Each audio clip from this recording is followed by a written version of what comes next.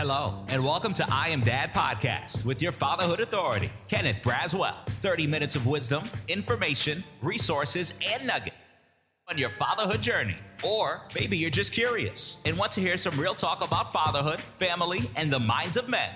Well, guess what? We got you too. Sit back, grab your pad and pen, and maybe even bring a little something to sip on. Enjoy 30 straight minutes of fatherhood, family, and fun with the fatherhood authority, Kenneth Braswell. Welcome to another enlightening episode of I Am Dad Podcast.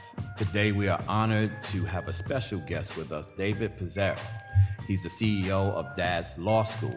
And with over 24 years of experience, David has been a guiding light for thousands of fathers navigating the complexities of family court, helping them fight for their rights and maintain meaningful relationships with their children. David is not only an expert in fathers' rights and children's rights, but he's also a multimedia content creator. His engaging TikTok videos has garnered over 48,000 followers, while his Men's Family Law podcast on iTunes with over 70 episodes and has been a beacon of support for dads everywhere. On YouTube, his Dad Law School channel is filled with information videos addressing the concerns of fathers going through the child custody process. In addition to his digital presence, David is the author of The Man's Guide, a series covering essential topics like child custody, divorce, domestic violence. His expertise and dedication has seen him been featured on numerous podcasts and movies, on television, and as an international speaker. David's work is fueled by his deep commitment to advancing for children's rights, fathers' rights, and the importance of integrating new relationships into family dynamics. His practical advice and heartfelt insights make him an invaluable resource for fathers seeking to navigate their legal and emotional journeys. While we're excited, let's get even more excited to delve into these topics and more with David today. Please join me in welcoming David to I Am Dad Podcast. Let's get him in here on this screen. How you doing, David? I'm great, man. Glad to be here. We do something special on this show. It gives people, I believe, insight into who I'm talking to, and it gives them a kind of roadmap with respect to how to follow the breadcrumbs. And it's a very simple question before we get into the meat of what we're going to talk about. And it is, tell me your dad's story. My dad's story? I was raised, my father was much older when I was born. He was 45 and he was a World War II vet. So different dynamic. He wasn't that strong a presence for a very long part of my childhood because he was an alcoholic. And my parents got divorced when I was 12. So I had that experience of having the, summers, Thanksgivings, and Christmases with dad, but not the day-to-day with dad. In many ways, my older brother, who was 16 years my senior, was very much my father figure. He was very much the man as I was growing up, who was teaching me what it means to be a man and how to show up in this world. So I'm lucky in that I actually got to know my dad. I did have a good relationship with him, but it wasn't a deep relationship. The deeper relationship really was with my brother. Mm-hmm. So the journey into this work is often intriguing to me as I interview folks across the spectrum with respect to fatherhood and family. And I often ask people to talk to me about your journey into this, because I think that, like, people always say to me, David, like, where'd you go to school for this? I'm like, life. Yeah, like exactly. Life. That's my school. I be lifing. That's how I get this expertise, Right. In terms of what I'm doing. So I'm always curious as to how my fellow brothers get into this work of fatherhood and parenting and rights and so forth. Tell me a little bit about your journey. Well, it's an interesting one because it started off in law school. I met my law partner our second day of law school, and we get all the way through law school. We're best friends and decide to open up a law practice. And I turned to him and I said, so what do you want to practice? And he said, well, I want to do family law. And my immediate reaction was like, oh, God, no. Like, oh, horrible. Why would you want to do that? And he said, very pragmatically, it's a good business. You learn it once. People are always going to be fighting. We'll never starve for clients. Mm-hmm. And I was like, oh, you get to do that. I'm going to go do business law.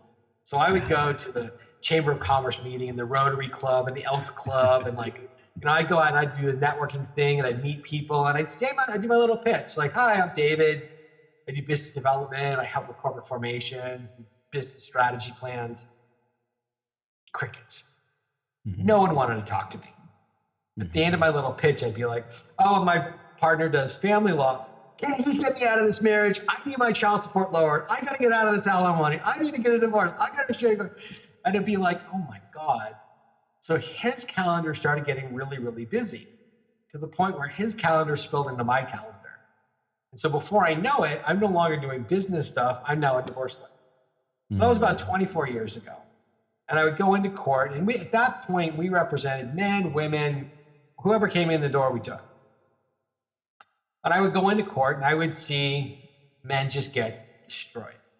They would get up there and the court would just believe what mom had to say. Dad didn't really say very much. He got destroyed. And about 4 years into it, I was just going kind of crazy. The stress level was through the roof. We had a lot of clients. And I made a list of clients I loved and clients I couldn't stand. And it was literally boys on the right, girls on the left. And I looked at that and I said, okay, is this because I'm a gay man? Is this just my own internal bias? Like, what's going on here? And I looked at it from a business perspective. And I realized that with most of our female clients, they came in, they wanted us to destroy the other side. They wanted all the money, all the kids. They had nothing to pay us with. We had to get the money from him. And they wanted to take up a lot of my time. They wanted to be their therapist, their best friend, their lawyer. I want to be a strategist. I would have the same conversation 5 times. Whereas when the men come into my office, they're like, I want out. Haven't had sex in 6 months. What's it going to take? How long is it going to take? Call me when you need me. And I'd be like, this is a lot better business model. And I'm seeing that these are the guys who are getting destroyed in court. So now I'm actually representing somebody that I really like. And I'm fighting for the underdog, which I got bullied a lot in high school. Whatever, that happened. But I've got a natural inclination to help the underdog. So I started seeing that. And now I'm going into court and I'm David Pizarro, I'm in family law, and I'm starting to get a reputation. So now I'm seeing even more of the stories because now the people who are really, really destroyed are coming to find me. So now I'm like, okay, this is becoming more and more of a problem. And over the last, let's say, well, it's been 30 years since Nicole Brown Simpson was murdered. And that was a real sea change in our system for domestic violence. And that has had huge impacts on child custody and divorces. So over the last 24 years I've been practicing, I've seen a real shift in the way women are perceived and the way men are perceived and what happens in family court with domestic violence. So as that has happened, I have become more and more involved in seeing like there's a lot of misrepresentations that happen. There's a lot of miscommunications. There's a lot of men who become victims. I prefer to call them targets, but the reality is they're victims of domestic violence. But they will not defend themselves. They will not go into court and seek the protections. And then it gets flipped on them. And they get being charged as the abusers. So as that has happened more and more, I've become more and more of an advocate because I want to see men stand up for themselves, do the advocacy work they need to do. So that's how I ended up a divorce lawyer 25 years in from wanting to be a business lawyer. It's interesting because you put a lot in that. First of all, David, you put a lot that I want to dig into because you're going to help me strip some things apart in a couple of different areas, particularly around both, because what I'm listening to as I'm listening to you, we don't string these conversations together enough to make sense out of why we do what we do for fathers, particularly since we're talking about fathers. I think because you and I talk about dads, people make this assumption that we don't care about moms and we don't care about moms first. And then we don't care about children. We care about self first. Right. When the reason that we fathers are so crazy about what they're going through is because of the love of their children, not because of the absence of the love of their children, right? And so when you're 100%. So why is this dude scaling a building? I remember when I first started this work, Dave, I was in New York, state of New York, And my program, I was the fatherhood director for the New York State Fatherhood Initiative. And when we first started the program was in the employment, workforce development section of OTDA, which is the kind of adult service division of the state of New York. And some months after I got there, they moved my program from workforce development to child support enforcement. And I remember like, no, I can't. There's no way I'm going to do this. There's no way. We talking 20 years ago, so we know what the atmosphere was like 20 years ago. I was like, there's no way Father's going to listen to me. There's no way. And David Hansel, who was our commissioner at the time, said, Kenny, I really don't want to put you in here because I'm trying to force you into child support. He says, I really feel like you're the one person that I've met who can help change the culture of child support. Like you can get in there and do this work. And I remember one day there was a father's rights organization in Albany, New York, and they called to have me come, and speak, to them. And I had this conversation with them about how we were on the same path. Like those of us who were doing services and those who were really adamant about fathers' rights were on the same path. We just had two visions about how we were getting to where we wanted to get to. Mm-hmm. And for the most part, those of us on the programmatic side has found a way to harness our pain and push our work through our pain, while those on the right side was so much in pain that it was really hard to harness it. Yeah. And so I remember having that, and dudes just crying. I mean, just like literally had never heard anybody say that to us. And I said this to them, and I said, but listen, y'all got to stop scaling these buildings, climbing up the buildings and throwing typewriters through the wall and throwing it through the glass and, and harassing politicians. And I said, because you're making it harder for me because people think that that's who I am when I walk through the door. Right. When you think about the longevity that you've had in this space, going back for us 20 years plus ago and now, does it feel any level of progress that we're making in a dent in how society sees fathers? Yes, absolutely. And the difference is this: more men are willing to step up and say, I want to be 50% custody. I want to be a primary engaged parent. And I had a really hard time in the beginning getting dads to step up. I still do in many ways. Mm-hmm. It's gotten way better. And I think there's a generational shift. I think the younger generation is seeing something very different because they're not automatically going to getting married. They're having the children. And so they're not even going through that relationship experience of what equal would look like. So now they know they have to step up. They're coming into court more and saying, I want my 50%. And so 20 years ago, no, not so much. It was much harder. Mm-hmm. But these days, definitely. And I think your work and my work is definitely helping in that. I think the way that the younger generation is, they're really experiencing parenthood fundamentally differently than, you did or I did. They're coming at it from a very different perspective because as equality has changed, as women have taken over more and more of a percentage of the workforce, and equality is now more openly spoken of and a desire for everybody, they're saying, well, wait a second, why can't I have my 50% custody? Why don't I get my time with the child? Why do I have to pay so much more in child support and not get to see my kids? That's not fair. Right. The kids are in daycare, mom's dropping them off in daycare, going to work. Well, I could drop them off at daycare and go to work and pick them up afterwards. What's the difference? Mm-hmm. And so they're seeing that. And so as a consequence of that, the judges are starting to see that. And that's one of the other big things that's changing is the judges are becoming more aware. Judges are for a very long time were very, very biased against dads because they came from a very old school model.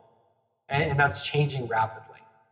Like here in LA County, we have several very, very good bench officers who themselves are adoptive parents, foster parents. So they're coming at it from a much greater awareness of what you can actually do. And I'm talking male bench officers who are like, I can make it work, you can make it work. Sorry, mom, you have to share.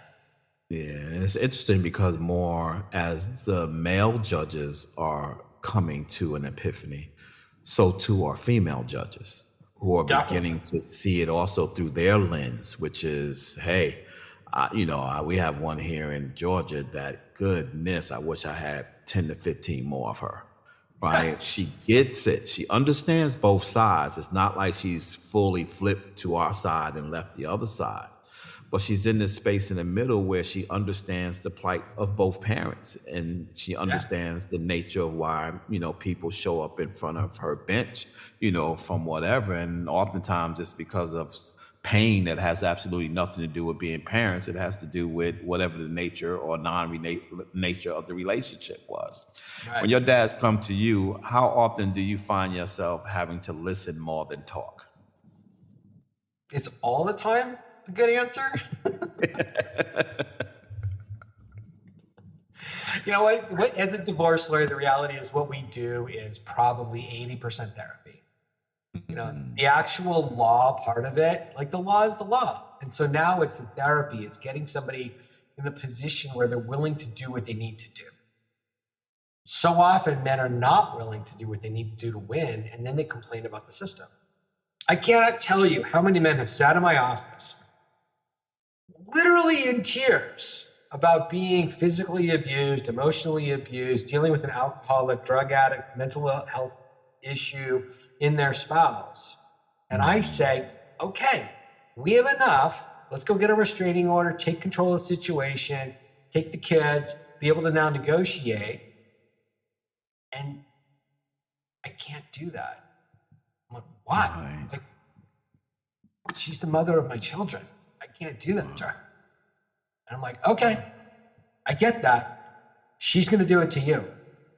And then 3 weeks from now, you're going to be sitting in that chair and you're going to tell me to fix it. I'm going to be like, dude, I can't fix it. Like, you're behind the 8 ball now. And Right. right as rain, 3 weeks, 4 weeks, 6 weeks later, that's the way it plays out. And that's the hardest part, is getting the men to do what they need to do. And that's on the extreme of the restraining orders. But even on the, like, just making them get a job, like, go for the vocational testing, make them be part of their relationship. No, Hmm. it's hard. Yeah. Well, I Yeah, it's want her to be interesting a because stay-at-home mom. I want my kids to have a stay-at-home mom. I'm like, okay. Well, that right. means you're paying that much more in child support, dude. That means you're paying much more. But that's not fair. I can't afford it. Well, what do you want from me? Like, make up your mind. I can You go say, either way. Just give me one direction. yeah, make it make sense for me, right? Make it make sense Right. for me. Yeah, yeah, yeah. No, we see that as well. We are here. Um, we have a grant from the Office of Family Assistance within HHS to provide services for 900 fathers here in Metro Atlanta over 5 years. We're in our fourth year now. And we are graduating through both of our curriculums every quarter, 50 plus fathers every quarter. And this one coming up is going to be our largest one. So we've done over 750 fathers in the last 3.5 years of doing this Wow. specific work in Atlanta, primarily African American, because that's just what Atlanta is, right? Right. And so it's amazing hearing what you're saying, because those are the narratives that we hear all the time. And like, we spend more time having to allow a dad to release all of this stuff that is inside of them to get them to a point where they can be logical and not emotional, right? Right. Because the emotional piece won't work well for you in court. So we created a whole brochure. No, no, no. It will generally guarantee you're going to lose. Yes. Generally, Yeah. because generally what ends up happening is the emotions come bubbling out, and a man has two solutions when emotions are bubbling out. It's either I'm shutting down, I'm not going to answer anything other than monosyllabic answers of no, which comes across as angry, or I'm going to get fucking angry. Right. And it's like, dude, no, no, you're proving their point that you're an angry person, that she's afraid of you. Like, don't do that. Bad. You Right. got to learn to be assertive, and that's one of the things we go over is helping them in their men's group get those emotions out, so that they can then go into court and be calm, because you have to be Right. calm. Right. So for you, Income Dad's Law School, talk about how that came about and like what were your growing pains in putting it together, and then what are you Oh, most proud of it now? Because I know there were some growing pains. we're still got growing pains. I think I'll always have growing pains. You know, it's just the nature of the beast. So Dad's Law School came about because I have wanted to help dads at scale. I mean, there's only so many people I can help at my regular hourly rate, which is way high. Yeah, I'm on the west side of Los Angeles, and it's just the market rate. But many dads can't afford that, and I see those dads, and they come to me through the TikToks and the YouTubes and the Men's Family Law podcast, and they'll be like, "You have to help me," and I'm like, "Dude, I would love to help you, but I got a full calendar, and I can't do everybody pro bono. Like that's just not the way the world works." So I wanted to start helping men at scale. I was like, how do you do that? Well, I came across the concept of online courses. So how do I teach dads how to at least do the very basics of going into court to represent themselves? So as you know, you go into court, let's just assume mom brings a hearing and dad's going to walk into court and mom wants sole legal and sole physical custody. And dad's like, no, that's not fair. I'm a good dad. I want my time. And he walks into court and he says, I'm a great dad. And the judge is like, that's awesome, sir. I've never heard that before. How are you a great dad? I love my kids. Okay. Never heard that before either. What else you got? Right. And they may come up with like, I coach softball, and then they kind of end the conversation. And so what happens is dad doesn't know what to say to the judge to prove or show that he's a great dad. And so what I've come up with is an online course that teaches dads, here's what you tell the judge that you know about you and your relationship with your kid to prove you're a great dad. And so we do that in a declaration form. And it's breaking down like, here's what I know about their friendships. Here's what I know about their school, their after school programs, their medical care, their shoe size. Like, that's always the thing. Do you know your kid's shoe size? Like, okay, yes, I know my kid's shoe size. But it was designed to give dads the basics so they can go in and start arguing for themselves because they can't afford me and they can't afford other lawyers. You know, Atlanta, I don't know what the market rate is for lawyers. It's somewhere between $300 and $1,000 an hour, I'm guessing. That's pretty much what across the country, what lawyers charge, particularly in family law. So I came up with the program that's designed to help dads learn how to show to the judge that they're a great dad, how to get the evidence and organize it so they can use it, and how to actually use it at trial to get it actually admitted. Because I can't tell you how many times I've had that experience sitting in the courtroom. Guy comes in and he's like, Your Honor, I've got 300 text messages showing she's gatekeeping and holding the kids from me. And not one of them gets admitted into evidence. Right. So the judge can't rely on it because it's not evidence. But if I teach you this one thing of, Your Honor, I'd like to mark and identify Plaintiff's Exhibit 1, a text message between mother and myself. And that can get admitted into court because mom admits that that's a text message and the judge is like, okay, admitted. Now he's got something he can rely on. And that's a skill I teach, and I can teach it quickly and easily to get the point across to somebody. Like, you just need a little bit of the basics and it'll have a huge impact on how you appear in court. What's the character trait that a dad has to have, though, in order to be able to come into your space and receive what you're saying to them, right? Because, you know, we have this conversation all the time about, you know, one of the things that I've been talking about as it relates to domestic violence is that one of the broader conversations that we have to have in context to domestic violence is conflict resolution. That most people get into a domestic violence situation because they don't know how to resolve conflict. And a lot of that comes because they don't know how to communicate. And you said this earlier, and I'm glad you said it because it is something that we are now talking more and more about as it relates to mental health. And that is, guys just don't have the words. They don't have the ability to be able to word fight specifically with moms or women, right? We don't have that tool. We're gonna lose that battle all the time, right? And so what is the character trait of a dad that says to you, I can work with this guy, and the one that you walk in and you say, oh, this is going to be difficult, and it has nothing to do with your case, it has to do what you do? So the first one is probably just an internal ability to have patience. It's a hard thing for a lot of men. But when you identify that that's what the issue is, and I say to you, dude, you can get where you want to go if you just slow down. You just need to have patience to let what I'm saying sink in, then you'll understand it.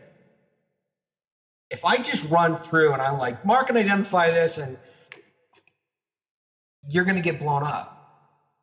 But if I say, listen, mark means you just identify it with a number or a letter.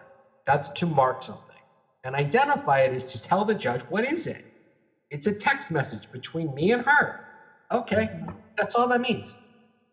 Now, if you can sit through that and then understand it, which, come on, everybody can sit through that, then they're willing and ready to learn. The ones that don't succeed are the ones who know everything. Once you know what the judge is going to do, I know what the judge is going to say because I'm right. Like, this is just the law. It's like, I'm supposed to get 50% custody. Why can't I get it? Like, he's going to give it to me. That's, dude, come back to me in 6 months when you get destroyed. Come back when you're ready to listen. Right. You know? Yeah, I think that with those guys too is that they walk in with a demand for what they believe is a father's rights, right? Or a human right or parental right. I do have the right to see my child. Yep. And that's all that matters to them.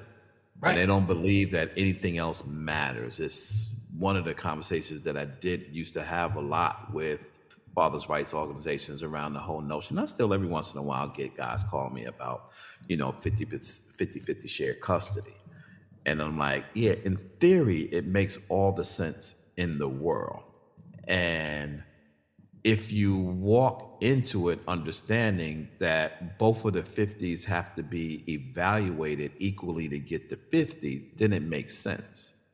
But if you evaluate both sides and one is at 80 and the other one is at 20, or one is at 25 and the other one is at 75, that's where you begin to start having conversations about why isn't it 50 and 50? And then there's real concrete evidence as to why. For instance, if you have DV on your record, you're not going to get to 50. You're going to be at... You're lucky to start with anything. Right. No, I'm serious. I mean, that's in California, you are lucky to start with anything. Period. And then you go up from there.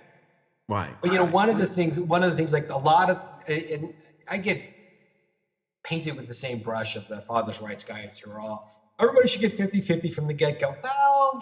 Well, I think there's an age appropriateness to that. I think there's a real difference between 50-50 of a 9-year-old and a 9-day-old. Like, we're talking two very different parenting experiences and parenting demands. Right.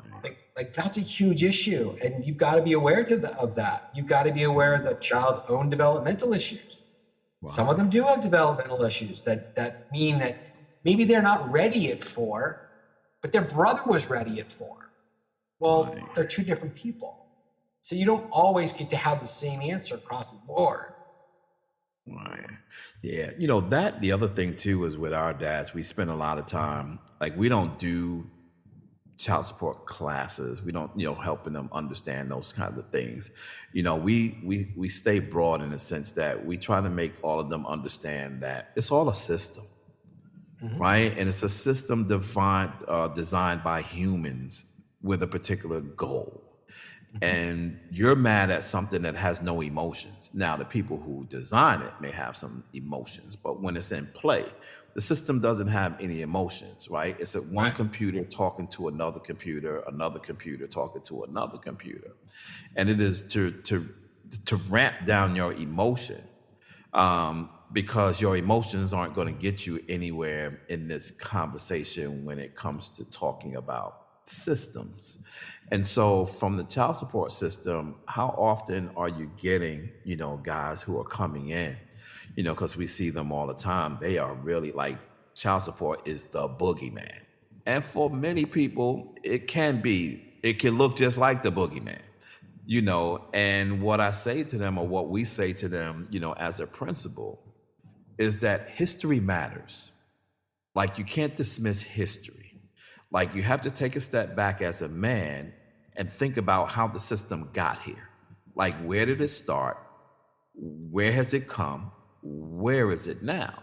Because there was a couple of generations that we're talking about, Gen Zers now, or maybe even millennials now. There was 2 generations before you that this conversation that we are having right now, 2 men would have never had. We wouldn't be sitting anywhere talking about fighting to take care of children. Right. We would have been fighting about something else, but not this. And so when you go back and you consider history and how we got here, some of it has to be a walk into, just like you're walking into the reality or epiphany that now I want to be a nurturing dad. I am so glad you're here. I'm so glad you're there, but there is still that historical component that exists in our systems, in our courts, in our societal narratives that still resist the notion that fathers can be an equal part in co-parenting. Oh, and right? Does that make sense? Guaranteed. I mean, right. There's a difference between judges in Los Angeles County and you go 30 miles south to Orange County. There's a reason it's called the Orange Curtain. They're Republican down there. Like right. Deep red Republican. Right. Like men should be working, women should be home raising the kids Republican. Right. You're going to get a very different response in the judiciary there than you are in Los Angeles. Yeah. I know that walking in. Right. But they don't get it. Everybody thinks that the same blanket is supposed to be the same for everywhere. And then when you break it down from systems, to your point about the political division, like that breaks all the way down from the feds all the way down to the county, right? And so, child support is, federally mandated, statewide overseen, and county implemented. And they all have their own ability to do whatever the hell they want to do, because those things are just guidelines, right? They're not laws, they're guidelines. This is how you should be looking at this. So when it breaks out, like a state like Georgia that has 153 counties, it looks 153 ways across the state of Georgia. And can you, total side note, how the heck does Georgia have 153 counties? California is much bigger and we got like 55. Like, what's up with that? I'm doing some research now into Georgia history, just learning about it. And some of it is extremely fascinating. Like right now, I'm reading a lot about the Cherokee Indians, and how the state of Georgia was able to remove them from northern Georgia and transport them into Oklahoma. But when you listen to the story and you listen to the dynamics, like the Cherokee Indians had territory that stretched not only through Georgia, but North Carolina, Tennessee, South Carolina, and I believe Alabama. So it was a huge, huge territory. But the only state that they ever speak about with respect to, I'm talking like real hard line disagreement that we want these folks out of here and we're going to do whatever is next, was Georgia. It's like, why does the state of Georgia keep popping up in that space like that? But I think that part of it, because they started talking about the territories in Georgia, part of it was, and they talked about the relining and doing all those things. Those things were all family oriented. They were stripped and broken out by families and plantations in Georgia. And those jurisdictions became counties. Because if you go through and you look at each county and who it was named after, it was usually named after a Confederate person, army, or something like that, or someone else kind of family oriented. It's the only thing that I can make sense out of it, how that has it. To your point, California is you in California and Texas, right? And none of Right. those states have that many counties in it. But I yeah, think Texas has we like 80 or digress. something. It's Yeah, yeah. crazy. Now, the other thing is, and I'm not sure you're aware, that also in the state of Georgia, we have this thing called legitimation, right? And so the state of Georgia is the only state that has a hard-coded two-prong process in order for a non-married person to have legal access to their child. And so in Georgia, to establish paternity, that is a administrative process to which the paternity establishment process doesn't exist anymore. They abolished that in 2016. So in order to establish paternity in the state of Georgia, you have to have a paternity DNA test that either the court has to order or you go and you get it yourself and you submit it into the court. In order to get custody or parenting time, you have to go through superior court through the process of legitimation and have a judge name you as the legal parent of that child. That cost is about $5,000 to $7,500 uncontested in the state of Georgia. And What? so, and that law has been in place since like the early 1900s or late 1800s. It was put in place to protect wealthy businessmen and slave owners from their offspring, unmarried offspring, to sue them for inheritances. And so it was put in place to stop these children from coming back and getting Right. that. And that law is still in place today. And so when you look at the law today, like 600, the last time I did my numbers, between 2010 and 2020, almost 650,000 children were born in the state of Georgia without a legal father in their lives, which has a whole bunch of other different consequences. Now, there's some other states that have similar, but what they don't have is the hard-coded having to go to a outside of the family court system to have a judge determine that they are the father. So Superior Court in Georgia is not family court. Family court is all other things, but Superior Court is criminal, civil, all those kind of things on Right. that side. And so when you think about the laws around the country, particularly for you in California, have you had difficulty in working with fathers who have children that are cross the lines, meaning they moved to California because they wanted to get away from her? Child was born in New York, but now they living in Wyoming, right? But they forgot to tell you about the other baby mama that's in Arkansas, who was born in Florida, and now they're entangled in this system and they're coming to you for help. What does that look like for you? Because we see some of those as well. Oh, we've had a few of the crazy cross state lines ones where it's like, what the heck's going on here? That just blows my mind though when you're talking about legitimation. I'm like, wow, unbelievable that I that's have still to send going you. I'm on. gonna send you some. I'll send you the links of some work that we've done on it.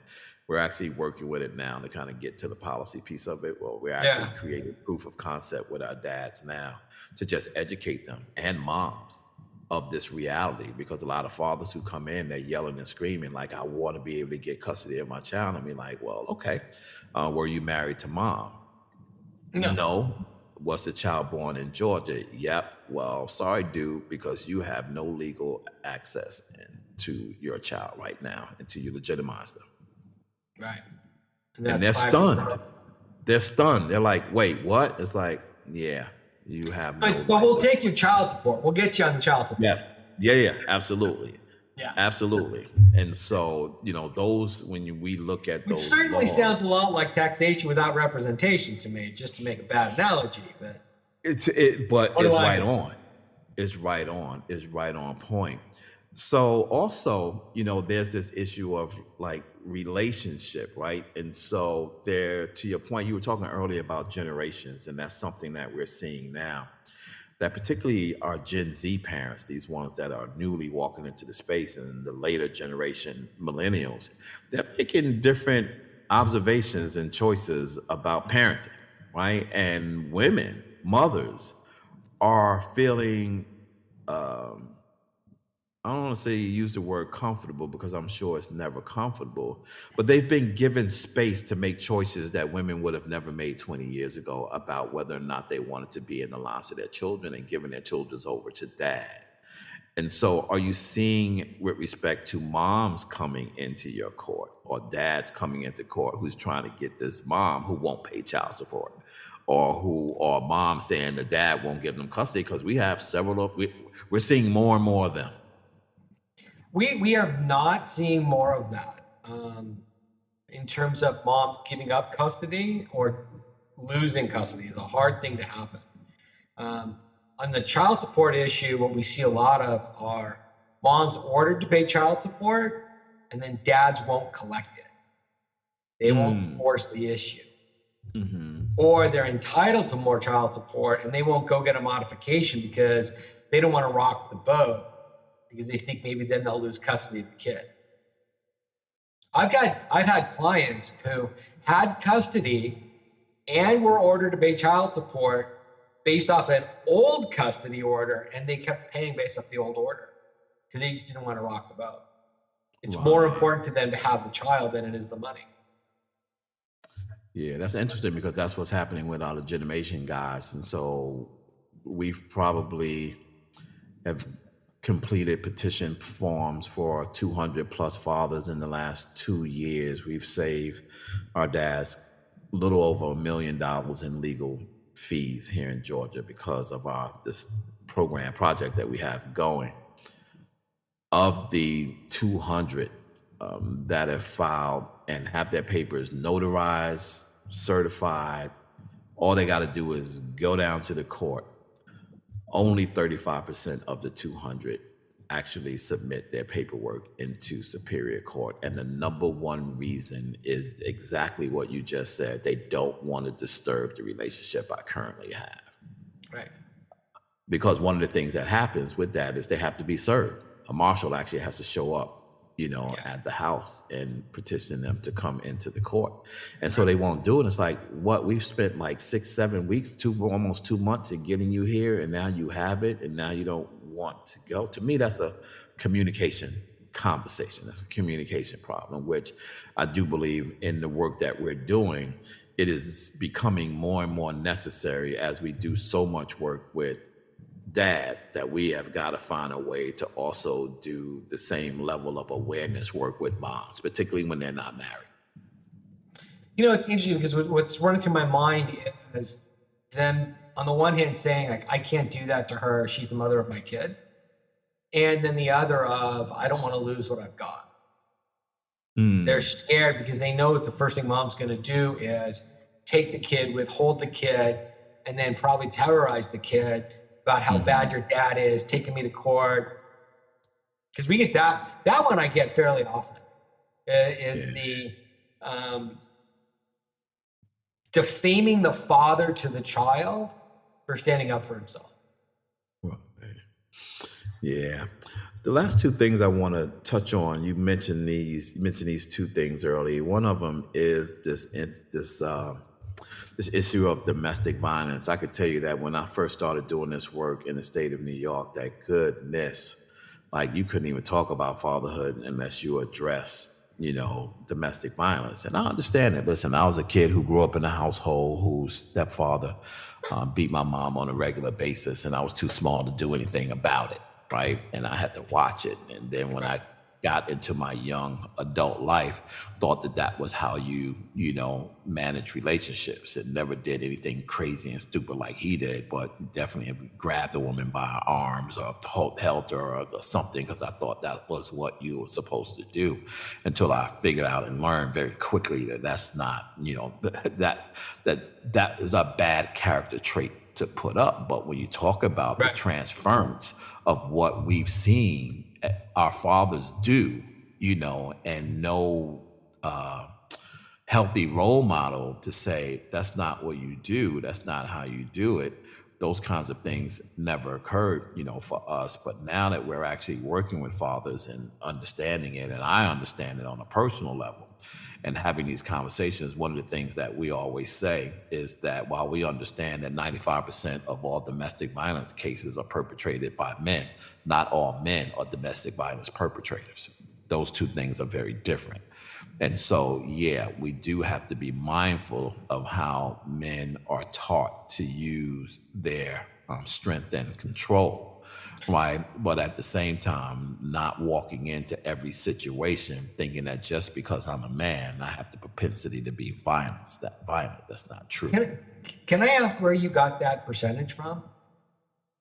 Somewhere I can send it to you because I got a bunch. I have this 2-page thing that I have stats all over it. I'll send it to you. Because I think that's a gross overstatement.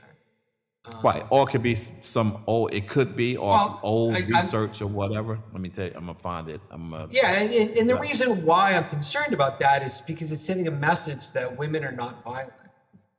It's sending a message that women are not abusive. Right. When you say 95% of domestic violence is perpetrated by men, I don't think that's fair, because women are 51% of the population. And according to the NISVS report, the National Sexual Violence Study, 60% of the domestic violence was perpetrated by women first. Mm. We're seeing a lot of what's happening is they're picking and nudging. And then what the domestic violence that occurs is reactive. I don't know, Georgia, how you guys are defining it these days, but in California, the new definition of domestic violence, disturbing the peaceful enjoyment of the other parties in the house. Now, if you've ever had a roommate, who's disturbed your peaceful enjoyment.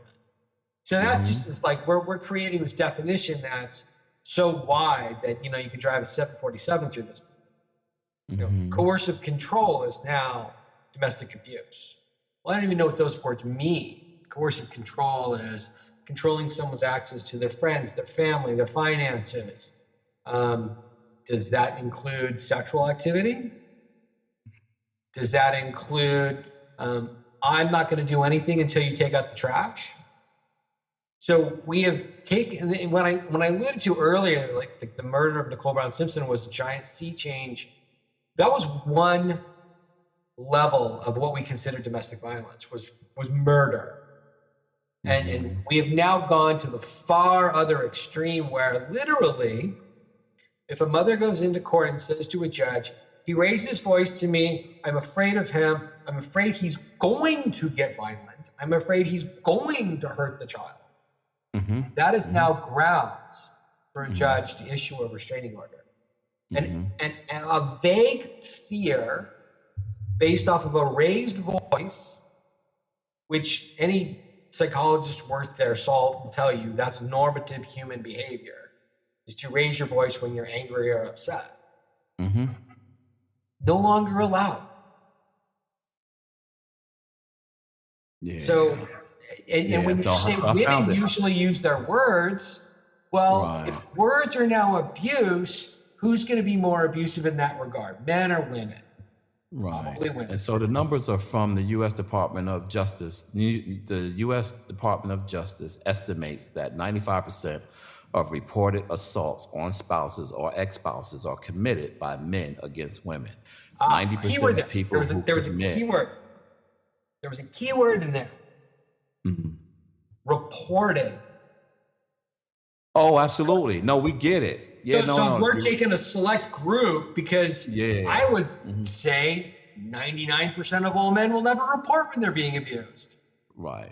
But what we're saying, when I use that quote, what I'm saying is even if the number is that high, if the number is that high, all men are not perpetrators. 100%. That's when I use that number, it is, I don't care if it's 99.9%, right? 100%. It still does not matter because all men are not perpetrators, and you can't walk in the first instance to a room of men and say to yourself, 99.9% of these men in these room are domestic violence perpetrators. That's not what the stat says. Right. right? It's only counting those who have acted in that particular space.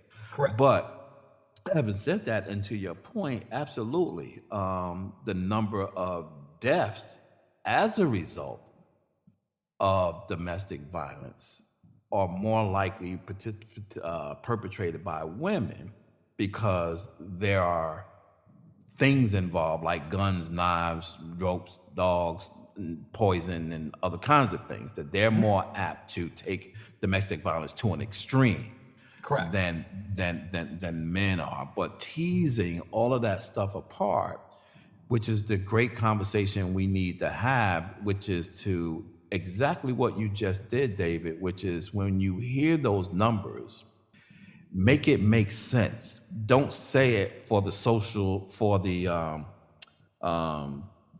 socialization of saying the number, right? So if I'm this dude in the room and I'm like, 95% of all domestic violence cases are perpetrated by men, and we got to stop this, and I never add any context to it, everybody in the room is walking away thinking, whoa, you know that the strength of your profession is being able to articulate the what's the word that I want to use? Literal aspect of a word. Like if you use a word, that word has to mean one thing, and everybody in the room has to understand what that word means and have the same Correct. understanding. Which means that for us in this work, when we use research and statistics, we have to use the words in those statistics that make it stay the same no matter how you say it. But if you go back and read it right, like you just did, key in on a key word, report it. Yeah, but some people will remove that word out of the space, still Yep. use that stat, and change the whole context of what it is. The other one that drives me crazy is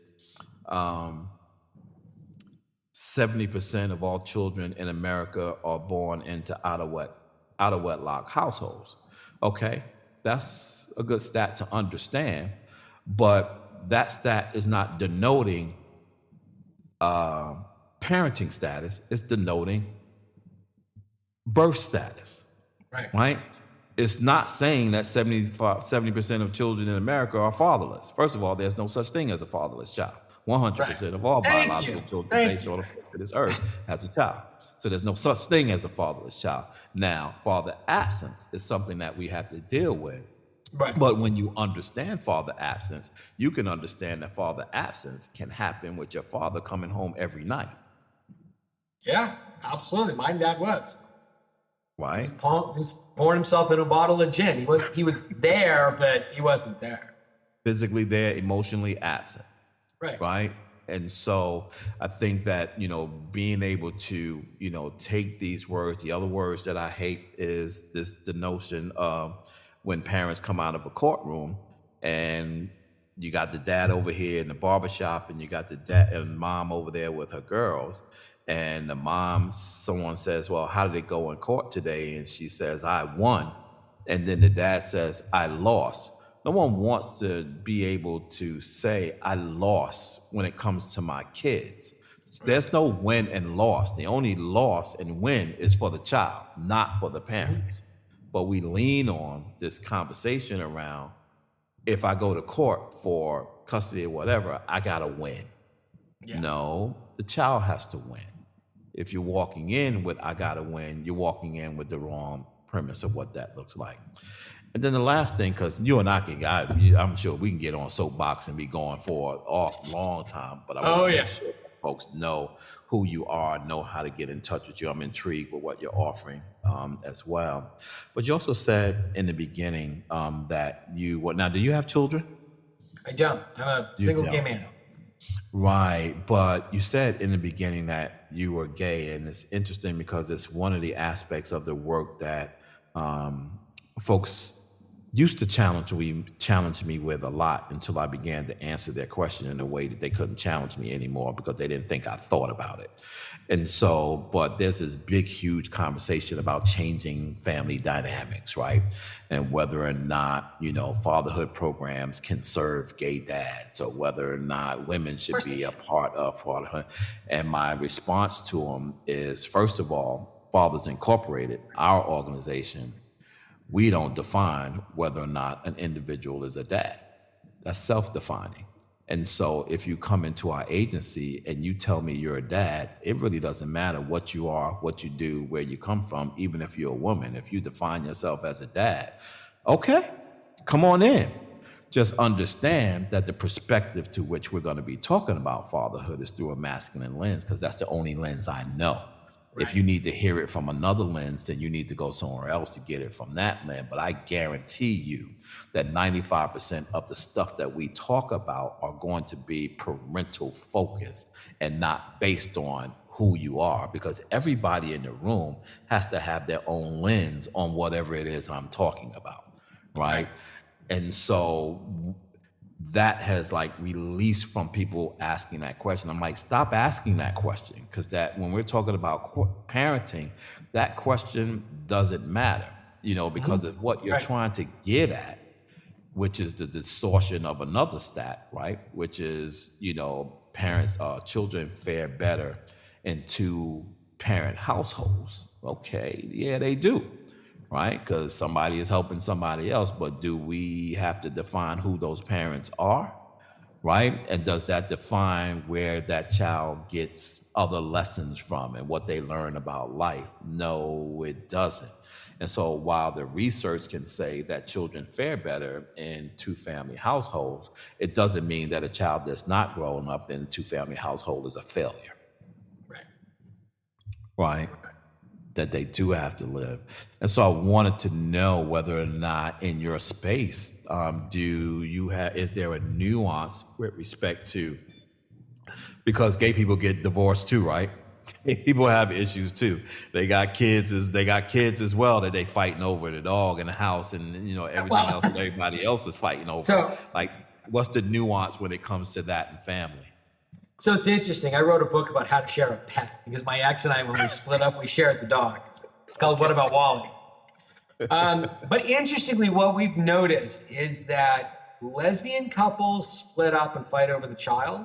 They're some of our most long-running battles. I have yet to have a gay couple split up and fight over the child. Really? Yeah. Is and it I honestly, and I think it's amicable decision of who's going to do what, or they just kind of like, it is what it is? There's a fundamental difference between lesbian relationships and gay male relationships, and it's I think when it comes to the parenting issue, it's one of those things where, because two gay men have to make a conscious decision to go purchase an egg, hire a surrogate, go through that process, negotiate what our roles are going to be.